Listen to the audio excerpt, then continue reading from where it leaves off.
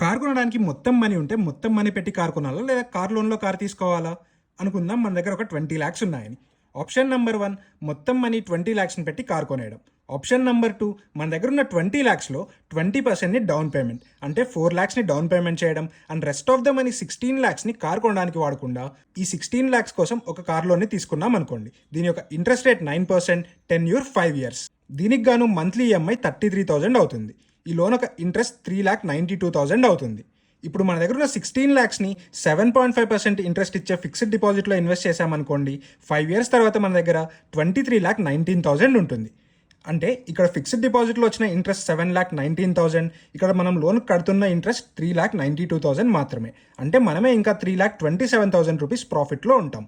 ఈ ఆప్షన్ని మీరు చాలా చోట్ల చూసే ఉంటారు, కానీ ఆప్షన్ నెంబర్ 3 కూడా ఉంది. ఇక్కడ మీరు 20 lakhsని పెట్టి కార్ని అయితే కొనేస్తారు. ఇక్కడ ఈఎంఐ 33,000 ఏదైతే ఉందో ఈ ఈఎంఐని ఎవ్రీ మంత్ ఆర్డీ చేస్తున్నట్లయితే 7.5% ఇంట్రెస్ట్ వచ్చినట్లయితే 24,20,000 ఉంటుంది. 6.5% ఇంట్రెస్ట్ వచ్చినట్లయితే 23,57,000 ఉంటుంది. ఈ రెండు కూడా ఫిక్స్డ్ డిపాజిట్లో వచ్చే అమౌంట్ 23,19,000 ఏదైతే ఉందో దానికన్నా ఎక్కువనే. సో మీకే ఆప్షన్ నచ్చిందో కామెంట్ సెక్షన్లో కామెంట్ చేయండి. అండ్ ఇలాంటి మరెంతో ఇంట్రెస్టింగ్ ఫైనాన్స్ కంటెంట్ కోసం మన యూ ఓన్ యువర్ ఫైనాన్స్ని ఫాలో అవ్వండి.